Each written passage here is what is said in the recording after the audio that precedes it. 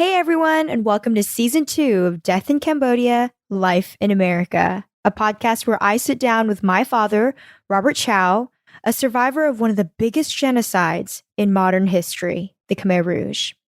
He escaped to America with $10 in his pocket and built a distributing company, one of the largest donut distributors in the US. How exactly did a poor, starving boy from Cambodia build an empire and achieve his American dream? I'm Dorothy, his daughter, and your host for today's episode. Let's dive in.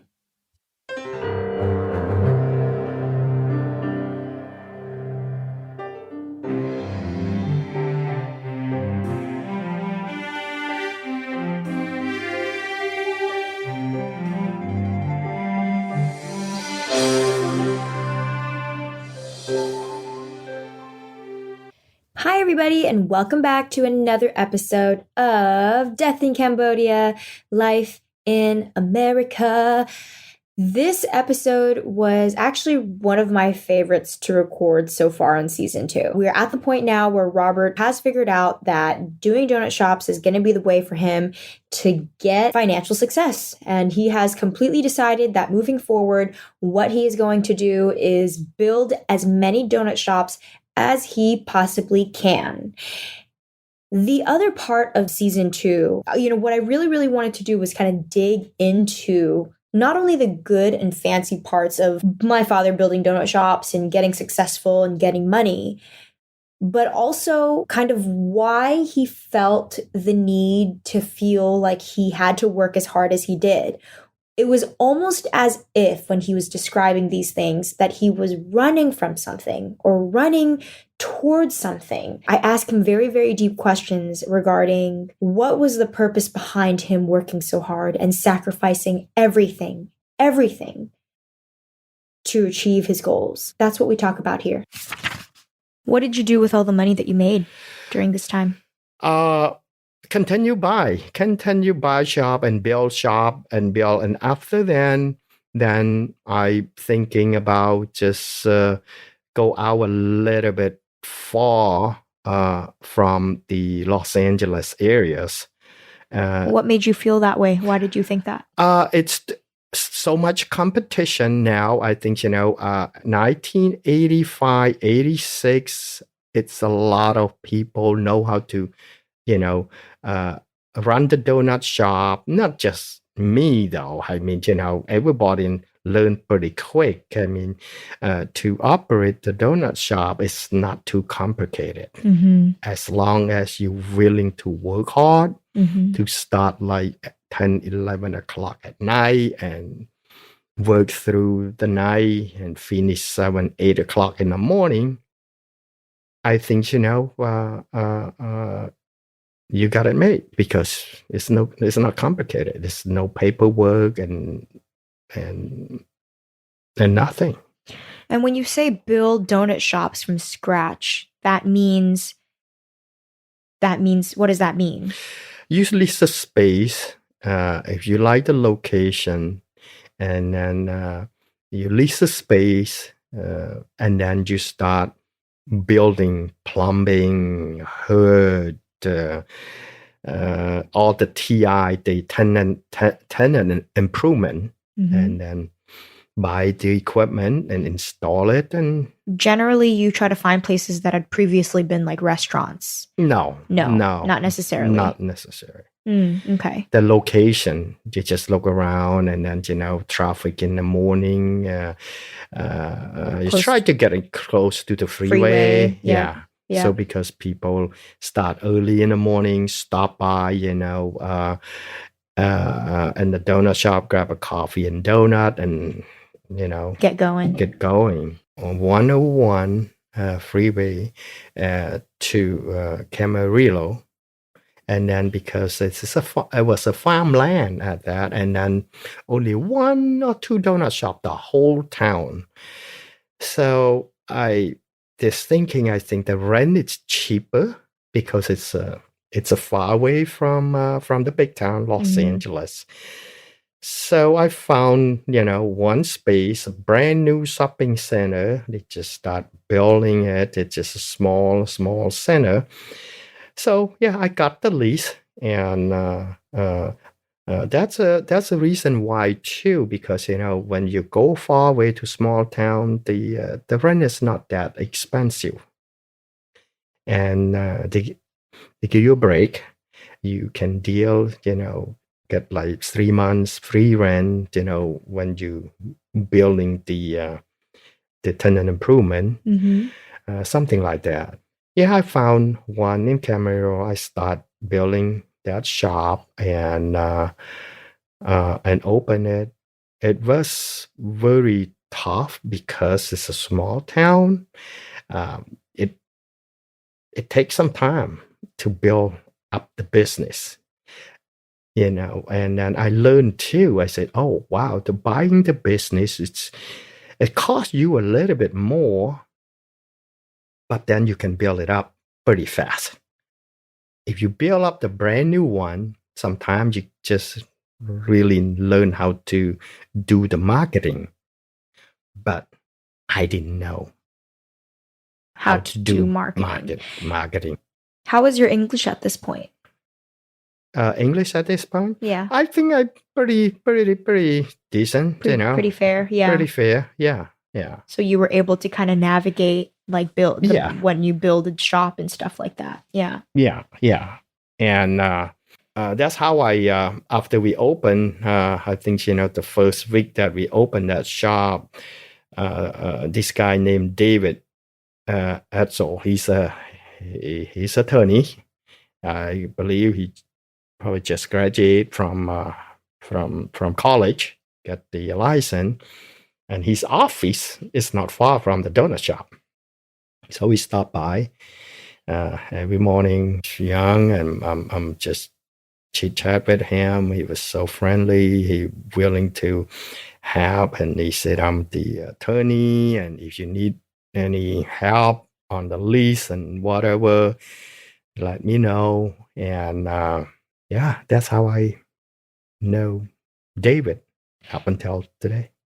So previously, with all the 4 shops you had prior, you just basically signed whatever came your way. Yeah. The only thing that I really just asked is how long the lease, how long can I stay in this, and how much, and that's about it. Yeah. And just sign it. Yeah. Never had any kind of official legal person really looking at any of these things at all. So with 5 shops kind of under your belt now, did you ever think about, this is enough for me? No, I just continue. I was 26, 27 years old. I was young. Said, hey, I gonna go ahead and I gonna push myself as far as I can go. That's what my plan. So now I have a 10-year plan. 10-year plan. I said, I'm gonna go ahead and build in this 10 years because I know how to build shop. I know how to build up the business. I feel so confident myself. I know I have energy. So I want to build maybe 3 or 4 or 5 shop each year. That's a lot. Yeah, at least. So that's what's the plan. So then after Camarillo, I had a good relationship with David, and then I said, "Can you read my lease? Anything that new place, new?" He said, "Oh yeah." And it seems to me like it almost kind of sounds like an obsession, what they call an obsession with building shops, because after a certain point, maybe only Ted, the Donut King, is the only one that really kind of had this motivation to build as many shops as possible. But most people who come as refugees, they have a couple stores, maybe 3 max, and they're fine. So what was it about you that you had 5 shops and you still didn't feel like it was enough? Well, because I was young, I guess, and because I just, like I said, I was born, remember, I was born and raised in a very wealthy family. And I want that lifestyle. I want that lifestyle back. And then I able to just buy a nice car and a nice home. And now I got opportunity. Why you let it go? No, I won't let it go because, like I said, I still got plenty of energy. And then why not? And then I got a lot of connection, a lot of people that really willing to lease the shop from you. And so why not? I think, it's all in front of you. Everything's in front of you. It just, you have to really work hard from this point on. Yes and no. Now you just build a shop, buy the shop, build it up, and put the people and lease it to them. They're the one that really wake up in the morning and work, and and they're happy. I'm happy. It's a win-win situation. Don't you think that though, with 5 shops under your belt, you already have achieved a pretty decent lifestyle? Not really, because I don't really thinking about my lifestyle. What you mean by lifestyle? Because I'm still, carry a backpack, and every place that I build, I just go ahead and rent the one bedroom apartment, and then just build a shop and open the shop, and then bake the donut and train people at least in 4 or 5 months. But that's by choice. Yes. That was your choice. That's my choice. If you would have sat back and cashed out, you could have a little bit. You could have relaxed a little bit and maybe enjoyed your money at that time a little bit more. My dream was probably bigger than that. Anything that this country, it give you opportunity if you really want to achieve something, if you want it bad enough. Yes, I think you're right. If I just operate that 5 store, I had plenty of money to enjoy, to do not what I want, but at least in a comfortable life. But I think about it, I was young, and then I was work hard and survive all my life. Now, this opportunity in front that you couldn't refuse, so why you want to stop? That's what I'm thinking. I never thought that I stopped. I never. And I just continue plan, the 10-year plan, and build shop, buy shop. So I had, and then Ventura. After that, Camarillo, and then now Camarillo and Ventura is only 10 minutes. Yeah. Every single deal. I was excited. Oh, so much energy. Would you say that feeling of excitement was the most excited you felt like in your young life? Yes. Nothing really gave you that kind of excitement? No. Not the drinking, not the partying, not the going out. Because this is excitement that, you can see your future. You feel that you have the goal, that your dream, that you want to be. This is in front of you now, not just like they give it to you, but you're just gonna have to work for it. But it just, you see, that's exciting. It's just like almost feel like 110% that you never fail in the business. Most people said, "Oh, when you do business, you're afraid, you're scared because probably 50% is gonna fail, and all of that." No, me, it's just like, wow. I just feel so confident in myself. I said, "Oh, I gotta make it. If I buy a new shop, and I feel like I can build this business in 2 months, 3 months." It gives you that kind of sense. in me. Uh, uh, uh, so that's why I'm exciting. That's why you chase it. That's why I'm chase. Yeah, I mean, I think this is something really key here, because beyond this, people probably are thinking, what is it that makes you so different from everybody else? Because, but I think we're touching upon it here. It's that you enjoyed it. Yes, I did. I enjoy it. I enjoy do business. I enjoy make deal. I enjoy make. Even with the headaches that come with running. When you enjoy it, you don't feel it headache. Because when you enjoy it, you enjoy doing, and then it's just no headache. You don't feel headache. You don't feel it's hard work. No, not at all. And just like anything else, you see, a basketball player, for me, for everyone, it just tries so hard. It just, God, this is so hard. But for what? I mean, all of these people, they said, no, I'm enjoying it. It's, I can practice from 6 o'clock to 5 o'clock in the evening. I still have energy to shoot that ball because I love it. I enjoy it. It's the same thing for me to run the donut shop. When you look back on young Robert at 20-something years old, just chasing his dream, you mentioned every time you bought a store or in the process of building it, you stayed in a hotel with a backpack. You just traveled around. You think about that 20-something year old boy with the freezing cold water showering in the back of the corner of the donut shop. You think something like that can be taught? You think toughness like that can be taught?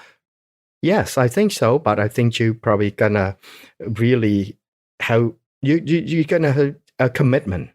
It's not just like teaching people. I can tell you, I can teach you the techniques and all that, but depend on the persons too, because the person, if you want it bad enough, anything, if you want it bad enough, then you can do it. If you just say, I want it, that's not gonna happen, because a lot of things in this world here, I mean, your dream. You see, sometimes you want to chase your dream. That's not just dream. You're gonna have to really have a commitment. You're gonna have to work hard. You're gonna have to be exciting. You have to like it. You have to really like it. Or else you're not going to be able to do it. No, you're probably going to want to do donut shop. And then you said, oh my God, work at night. I don't have enough sleep. And then all of these things here, it's going to bother you.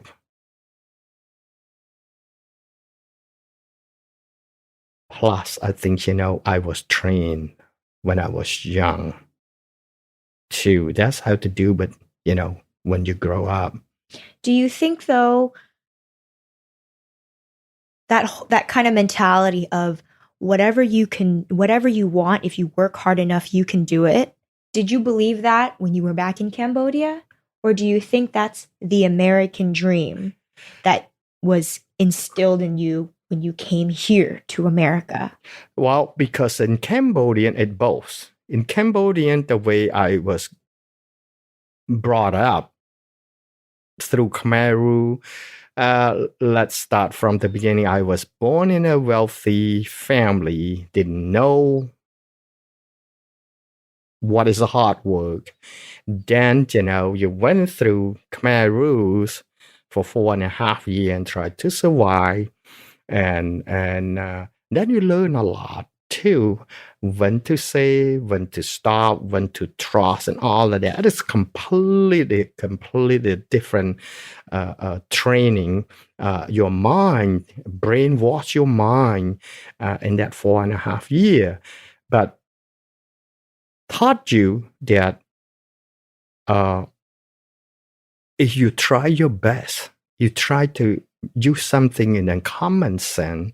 I said, you in Cambodian and Khmer Rouge, one step at one word, they can kill you over there. And they taught you something that it's no school in the world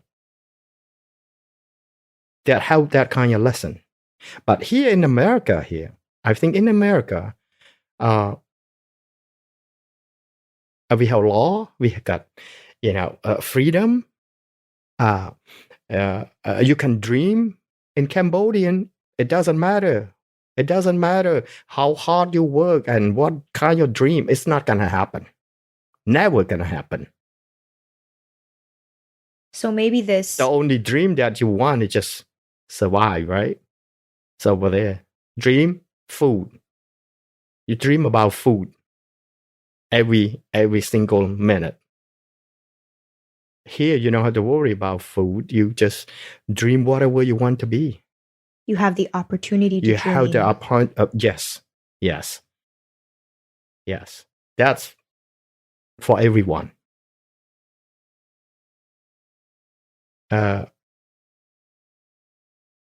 When you're asking me, say, what makes you different? It's no different. Me from it's just the same. The rest of everyone. If you here live in America, you got opportunity, whatever you want to be, really. Maybe it's just because you guys lived through the Khmer Rouge and you came here that you can really see it.